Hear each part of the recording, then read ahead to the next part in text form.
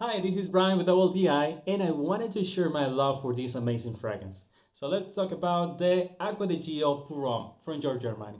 Now, I am not just talking about some generic fresh scent here. This one takes it to another level. First off, imagine the feeling of a gently sea breeze on a sunny day.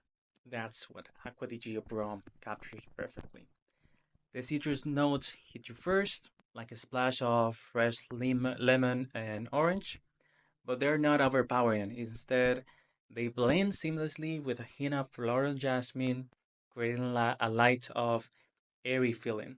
Then, as you wear it, a touch of warm cedar wood and musk picks in a different way, adding a subtle depth and masculinity, which is what I like about this perfume. And that's the reason I take like 5 millimeters with me when I'm traveling. The thing I love most about this fragrance, it's incredible versatile.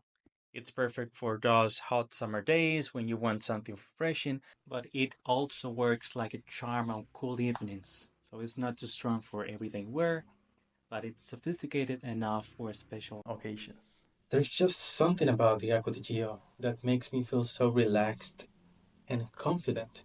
It's like a breath of fresh air bottled up, ready to take me away on a sensory journey. So, if you're looking for a fragrance that is fresh, versatile, and just plain awesome, you have to try this one. You won't be disappointed, but that's my point of view.